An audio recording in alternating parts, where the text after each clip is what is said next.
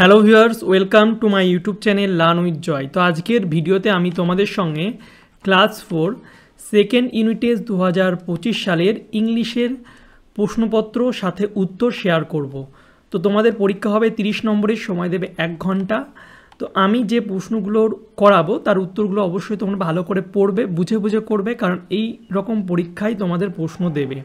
আর যারা এখন আমার ইউটিউব চ্যানেল সাবস্ক্রাইব করনি, সাবস্ক্রাইব করে পাশের যে বেল আইকন আছে সেটা টিপে নোটিফিকেশানটাকে অল করে দেবে, তাহলে আমি যখনই নতুন নতুন ভিডিও ছাড়বো তোমাদের কাছে সবার প্রথম নোটিফিকেশান চলে যাবে। এছাড়া যারা এখনও হোয়াটসঅ্যাপ গ্রুপে জয়েন হওনি তারা আমার হোয়াটসঅ্যাপ গ্রুপেও জয়েন হয়ে যাবে। তো চলো প্রশ্নের উত্তরগুলো করি। প্রথমে দেখো, read the passage carefully and answer the question. তো প্রথমে আমাদের এই প্যাসেজটা ভালো করে পড়তে হবে। তোমরা এই প্যাসেজটা একটু পড়ে নেবে, কিছুই না, সহজ। তোমাদের বইয়ে আছে, the tiger paused, he gave, টাইগারটা কী হলো, দাঁড়িয়ে গেল। He gave the brothers a cold look, সে ভাইয়ের দিয়ে একটা শান্ত দৃষ্টিতে তাকালো। দ্য ব্রাদার ওয়ার অ্যাফেয়ার্ড, ভয় পেয়ে গেছিলো, বাট দে কিপ দেয়ার কুল, সেটা শান্ত ছিল তারা। দে স্টুড লাইক স্ট্যাচুর মতো দাঁড়িয়েছিল। দ্য টাইগার এমবেল্ড অ্যাওয়ে, টাইগারটা কী হলো, চলে গেল।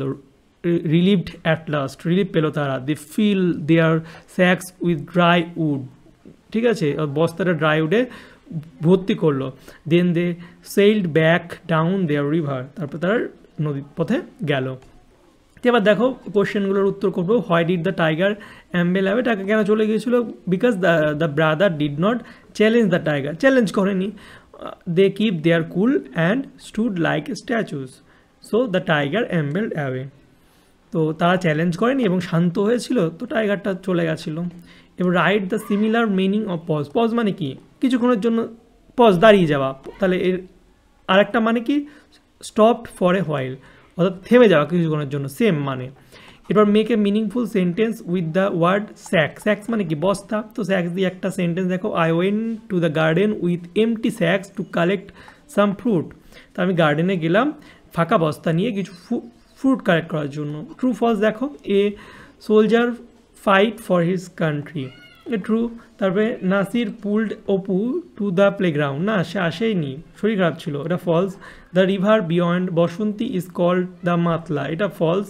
তারপরে the ferry waves the magic wand more than once, এটা ট্রু। এরপরে দেখো, tick the most appropriate answer from the given alternative. তো ওখানে বলছে the capital of West Bengal is কি? ক্যাপিটাল কি আমাদের? কলকাতা, ওয়েস্ট বেঙ্গলের। এরপরে বলছে Subal and Madal carries empty sacks to collect কি? Dry wood. তারপর বলছে Jhinuk suddenly spotted her father in কি? Book shop. তারপরে Sundarban is situated in the extreme south of Bengal, বেঙ্গলের সাউথে সুন্দরবন আছে। তারপরে দেখা, arrange the letters properly from the meaningful words. তো সাজাতে হবে ঠিক করে। দেখো এটা আপনাদের কী হবে, এটা হবে হচ্ছে সিভার এবং এটা হবে হচ্ছে প্রেস্টিজ। তো তোমরা এইভাবে সাজিয়ে ভালো করে মানেগুলো দেখবে। এরপর দেখো বলছে blank fill in the blanks, এই বক্স থেকে শব্দ নিয়ে ব্ল্যাঙ্ক ফিলগুলো পূরণ করতে হয়। বলছে I dash down by the river bank, তো I amble down by the river bank. তারপর হচ্ছে the eye of the cat were dash in the dark, the glowing, ঠিক আছে, গ্লোয়িং গ্লোয়িং। বলছে the way up the hill was কি? Uneven. তারপরে মানে অমসৃণ। তার I share my dash secret with my friend, বন্ধুর সঙ্গে আমার সিক্রেট আমি শেয়ার করি। এবারে কমপ্লিট দ্য ফলোয়িং টেবিল। দেখো এখানে আছে মাস্কুলাইন এবং ফেমিনাইন। সনের হচ্ছে কি? সনের হচ্ছে ডটার এবং বি হচ্ছে ড্রোন।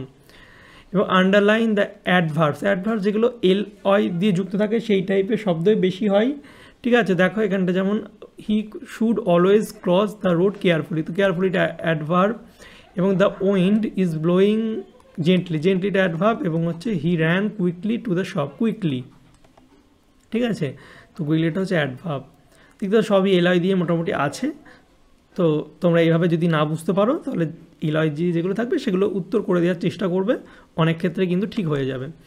এরপরে দেখো বলছে feel in the blanks with the present continuous. Present continuous কেমন হয়? সাবজেক্ট প্লাস ভার্বের সাথে আইএনজি প্লাস অবজেক্ট।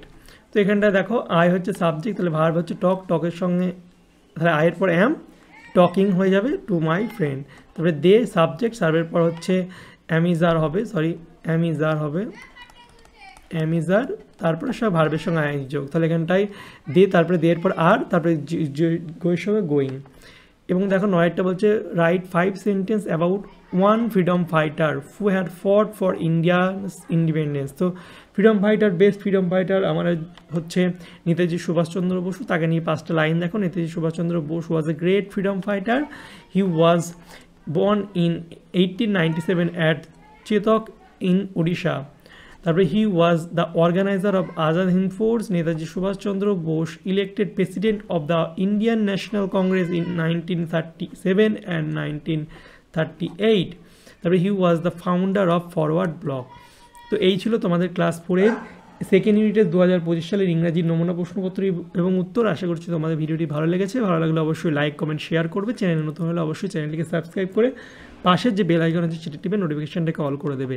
আর যারা এখন আমার হোয়াটসঅ্যাপ আর টেলিগ্রাম চ্যানেলে যুক্ত হওনি, ডিসক্রিপশন বক্সে লিঙ্ক দেওয়াই আছে, সেখান থেকে যুক্ত হয়ে যাবে। যারা যারা পিডিএফ কিনতে চাও তারা আমাকে হোয়াটসঅ্যাপে বাই পিডিএফ এই কথাটি উল্লেখ করে ক্লাস আর সাবজেক্ট লিখে দেবে। 10 টাকা পেমেন্ট করলেই তোমাদের পিডিএফ দিয়ে দেবো। ওকে, চলো বাই, দেখাবে তোমাদের সঙ্গে পরের একটা ভিডিওতে। Thank you for watching my videos.